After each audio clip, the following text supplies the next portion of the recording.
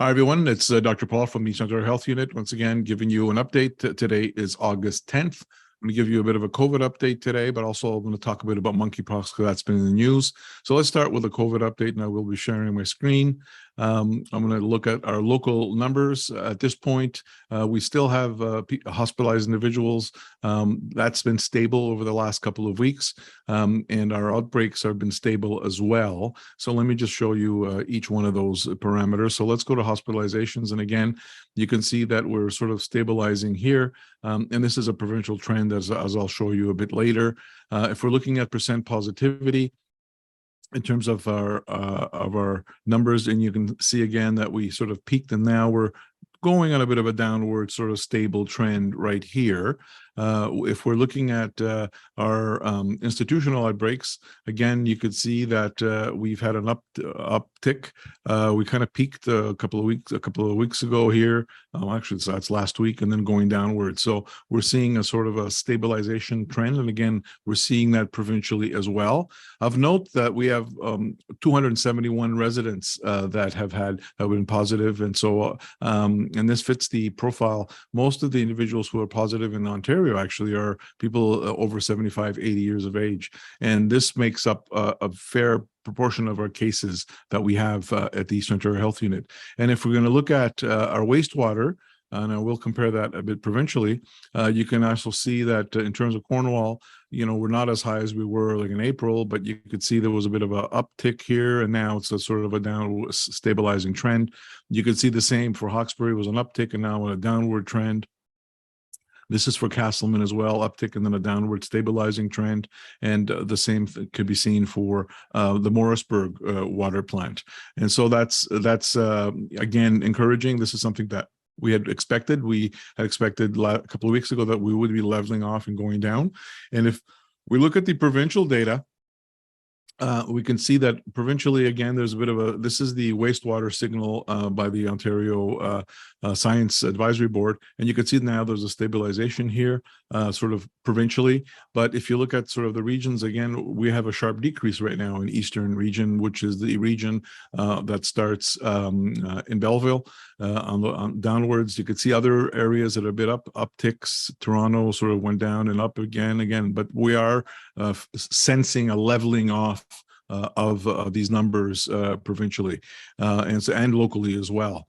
And just finally, to give you a sort of a latest kind of data as well, this is our health unit here, where you could see in April, this is how we had our case counts, and the green here is the 7-day rolling average, and you could see the individual cases per day.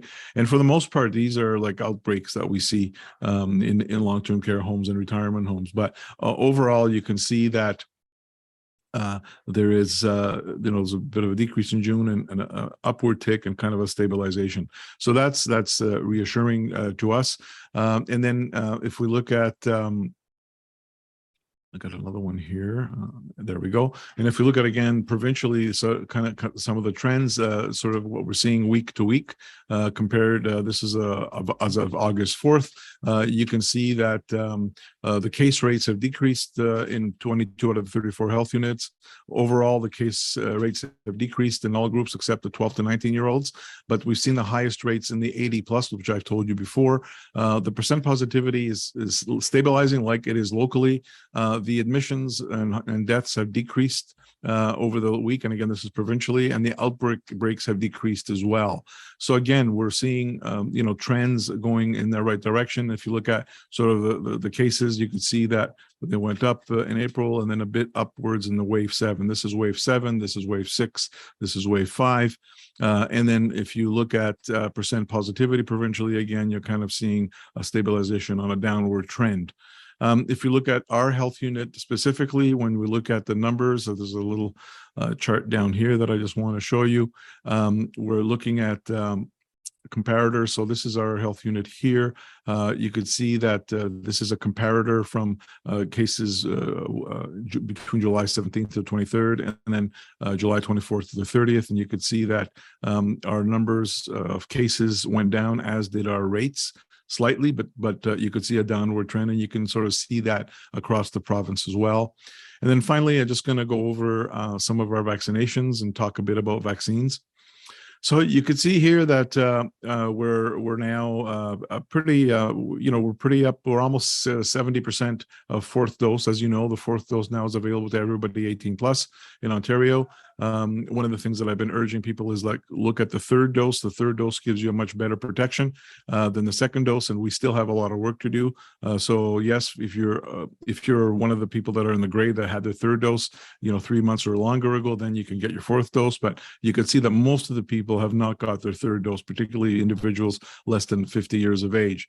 And so we continue with an increase. So again, this is the fourth dose, the gray is the third dose, and you can see we're still pretty low in terms of fourth dose for the 60 to 69. And this is the population, as I've said time and time again, that is the most affected by the virus and needs the protection. And one of the things that we are looking at is, despite the fact that we have so many admissions, so many outbreaks in long-term care with elderly individuals, by the fact that they've had 4 doses, most of them are very, they have little symptoms, if any, and really not hospitalized, and the death rate has gone down tremendously. So the vaccines are protecting these individuals, although they're not preventing full spread. I'm hoping that in the fall, when we get the Omicron vaccine, that we'll be able to have a more effective vaccine against actual spread of the virus. Right now, I want to reiterate that there is some protection of spread, but not optimal protection, but there is significant protection against severe disease, particularly if you're third and fourth dosed. And that's sort of the bottom line. That's very important. We had some questions from the media about, as you know, we actually almost 2 weeks ago, we launched the 6-month to 5-year-old campaign. To date, as of August 8th, 9th, we have vaccinated 88 children. We have not had a big rush to get them. However, we have 337 appointments booked through the end of August 31st. And again, I understand parents have questions, particularly about the young children. We do know that for the most part, COVID is a mild disease in children, but we've been seeing more and more younger children get hospitalized recently. And so I would recommend that if parents have any questions about their vaccinating their young children, please speak to your healthcare provider, go to a website, a reliable website to be able to get that information. We are preparing for a fall. We're looking at again what we would need to do. There'd be another additional dose, as I talked about before, about Omicron. We will be having a flu campaign as well. And again, we're going to be looking at the numbers and the surges on our healthcare system. As you do know, our healthcare system is already struggling. This is not due directly to COVID. In other words, it's not overwhelmed by hospitalizations or ICU admissions. It is really overwhelmed because of the fact that there's a depletion of healthcare workers across, and this is a Canada-wide issue. We do believe that some of those had to stay home because they had COVID, or their relatives or their family members had COVID. But we do believe that it will be looking better. Obviously, there's going to be challenges, and we need to look at ways of keeping people out of hospital, particularly with COVID and others. And that's why it's important for us to have, and we will be having programs and more information about where you can get your additional dose, where you can get your antiviral medications, and so on if you qualify for them. So stay tuned for that. That's something that we're all preparing collectively across the province for that. I just want to give a bit of an update on monkeypox. As you know, monkeypox has been declared a worldwide emergency, although still in our area the risk is low. We have not had any cases from our area, although we are working with our hospitals, and any suspected case we test them. So far, they've all tested negative. However, if indeed there is an individual who is in contact with a monkeypox, there is vaccination available, and we do have that information on our website.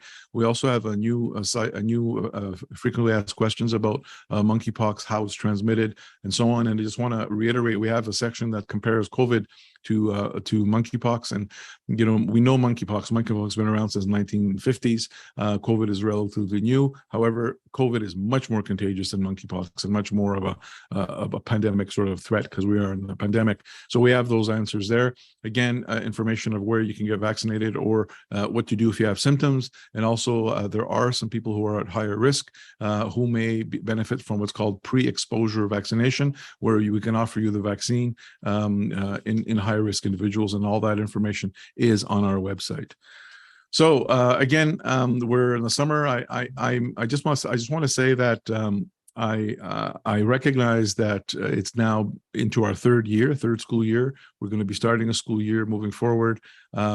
People are tired. I know that despite the fact that we had a wave 7, it did not cause the deaths and the severe disease that we've had in previous waves, which is good news.